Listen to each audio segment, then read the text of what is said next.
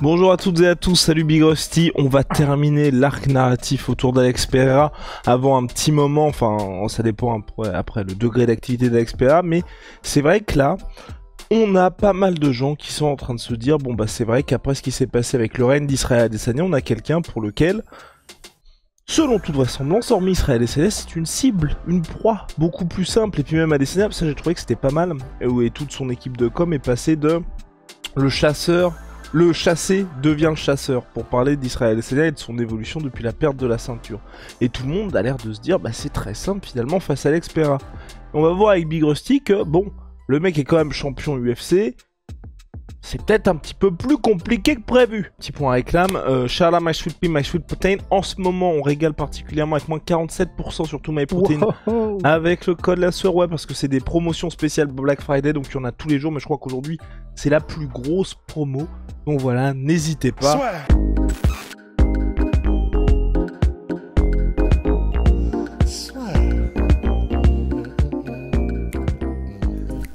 Entre dans l'octogone avec Unibet. Qui sera le vainqueur du combat? En combien de rounds?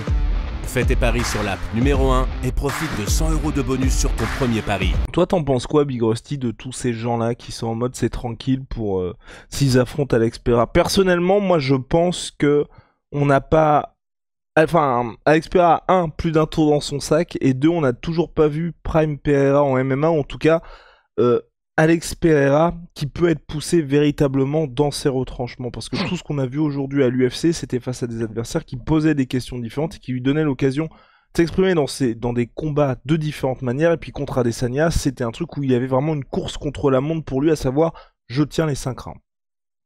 Ouais, et puis jusqu'à maintenant, c'est vrai qu'il a eu des moments où il a été mis en difficulté, que ce soit même dans ses premiers combats en lutte, que ce soit même avec Adesanya, et même en striking, il y a des moments où il s'est fait toucher, donc contre Adesanya, même contre Bruno Silva, il s'est fait toucher quelques fois, mais il trouve toujours un moyen de gagner le combat. Donc ça déjà, c'est quand même le propre des champions, enfin c'est ce qui se dit en tout cas, et ça a du sens. Mais après, c'est vrai que il y a deux écoles. Il y a effectivement celle de, par exemple, le journaliste Aaron Bronsteter qui dit on disait la même chose de Adesanya quand il a commencé sa carrière en MMA. On était en mode il va falloir qu'il affronte un lutteur. Il a affronté personne qui puisse le mettre en danger dans les endroits où il n'est pas forcément bon. Et avec Alex Pereira, c'est un peu pareil parce que il est là. On est en train de dire ouais, mais le moment où il affrontera un lutteur, et il dressait ce parallèle-là en disant laissons-nous quand même la possibilité d'être surpris. Et comme tu viens de le dire, effectivement, laissons-nous la possibilité d'être surpris, d'autant plus qu'il semble qu'il arrive à chaque fois à trouver des solutions. Et même si c'était pas de l'énorme calibre, les premiers adversaires qu'il a affrontés, quand même, ils ont essayé. Je crois que c'était du coup Michailidis et Bruno Silva, qui Silva. a lui aussi essayé, je crois, ouais, de mettre au sol Alex Pereira. Donc ils ont tenté, ils ont eu plus ou moins de succès, mais Alex Pereira a toujours trouvé un moyen de gagner. Donc il y a ça, effectivement, le côté dire attendons de voir parce qu'il peut avoir plus d'un tour dans son sac, comme tu l'as dit. Après, il y a aussi le côté Alex Pereira savait, comment dire, il a déjà un style qui est un peu plus propre à un succès en MMA dans le sens où lui, il est plus sur l'anticipation du takedown plutôt que défendre le takedown. Donc il est plus sur les déplacements, il est plus sur éviter justement les accrochages en grappling, en lutte, etc. Et c'est vrai que pour Pereira, c'est son avantage, c'est qu'il est énorme, mais il est beaucoup, beaucoup moins mobile. Et par exemple, Robert Whittaker, qui a été interviewé là il y a quelques heures, quelques jours, en gros, qui disait il est monstrueux, Alex Pereira, mais ça reste quand même pour moi un combat plus abordable que Israel Adesanya. Donc, ça, c'est probablement ce que pense une bonne partie déjà du top 5, puisque Adesanya les a tous battus, mais même peut-être du top 15 en général, c'est de se dire, bon, il est terrifiant et il est énorme, Alex Pereira, mais il y a un chemin vers la victoire qui est beaucoup plus clair et beaucoup plus simple. C'est peut-être un trompe-l'œil, comme on vient de le dire, mais en tout cas, je pense que avec Pereira, ils étaient tous en mode bon, visiblement, en fait, on n'arrivera pas avec Pereira, même le délire de la lutte. Marvin Vettori a essayé, même bon, à moins d'être vraiment aussi énorme et avoir un pédigré de lutte un peu comme Blachowicz, c'est quand même compliqué. Ça se trouve, dans quelques mois, on dira la même chose de Pereira, mais en tout cas, je pense effectivement que là, tous les middleweights qui ont un peu la capacité de faire du sale en lutte se lèchent les babines, quoi. Aaron Bronstetter ajoute même Rusty. Parce que bon, c'est vrai que l'analyse de Rusty, comme vous le savez, était brillante, mais voilà. Et, elle aurait pu être plus exhaustive. Mais pas trop quand même. il ajoute Aaron Bronstetter. C'est que c'est justement voilà que tous les lutteurs, et ça moi c'est ce que j'ai apprécié de la part d'Aaron Bronstetter, c'est que certes Alex Pereira n'a jamais affronté de lutteurs extrêmement bons, mais de leur côté les lutteurs n'ont jamais affronté de striker du niveau d'Alex Pereira. Ouais, du niveau et avec ce style en plus, parce que on pourrait faire l'argument qu'ils ont affronté pour le top 5 Adesanya, donc c'est du même calibre de striker. Mais c'est vrai qu'ils n'ont pas affronté le même calibre de striker avec ce style tout en puissance de Alex Pereira. Donc c'est vrai aussi. De toute façon, là, pour l'instant, on en est réduit à faire des mathématiques un peu de comptoir en disant ouais, mais son style est quand même moins adapté puisqu'il est plus facilement chopable vu qu'il est moins mobile, mais il compense peut-être avec la puissance parce que par contre, c'est clair que je pense qu'il est plus gros que tous les middleweight qu'il va affronter.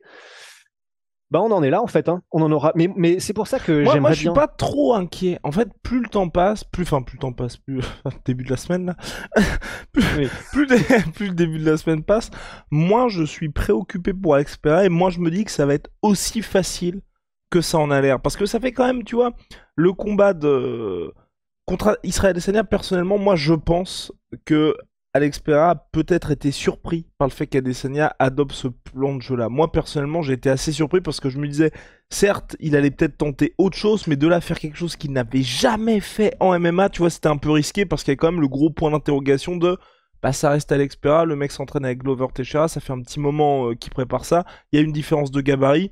Ça peut bien se passer comme on l'a vu, mais ça peut aussi très vite se retourner contre eux en mode oh putain, je pensais pas que le mec est à ce niveau-là. C'est pour ça, je pense que moi il était un peu surpris par ça, Alex Pereira. Quand on regarde l'historique un petit peu de ses combats, certes il a été mis au sol comme l'a dit Big Rusty, mais à chaque fois il était pas en danger, tu vois, il a jamais été sur son dos, il a jamais eu à avoir de ground and pound, il a toujours eu ces bons réflexes là à chaque fois qu'il s'est relevé. Donc il y avait du côté d'Alex Pereira, tu vois, pas d'inquiétude de ce côté-là une fois qu'il était amené au sol. Je pense que quand on va le voir face à un mec, si ça arrive un jour, hein, profil Marvin Vettori, profil Ramzat Chimaev, je pense que c'est très compliqué pour lui, mais Derek Bronson ou même Robert Whittaker, même Robert Whittaker, je pense que c'est encore différent.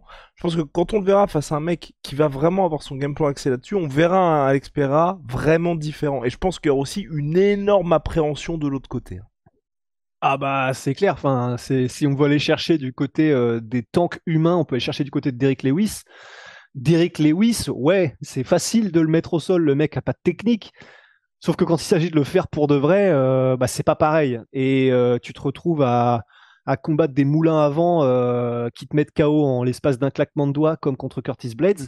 Donc ouais, c'est facile parce que le mec est pas technique, mais en fait, en réalité, quand on est devant, c'est vrai que c'est toujours un peu différent.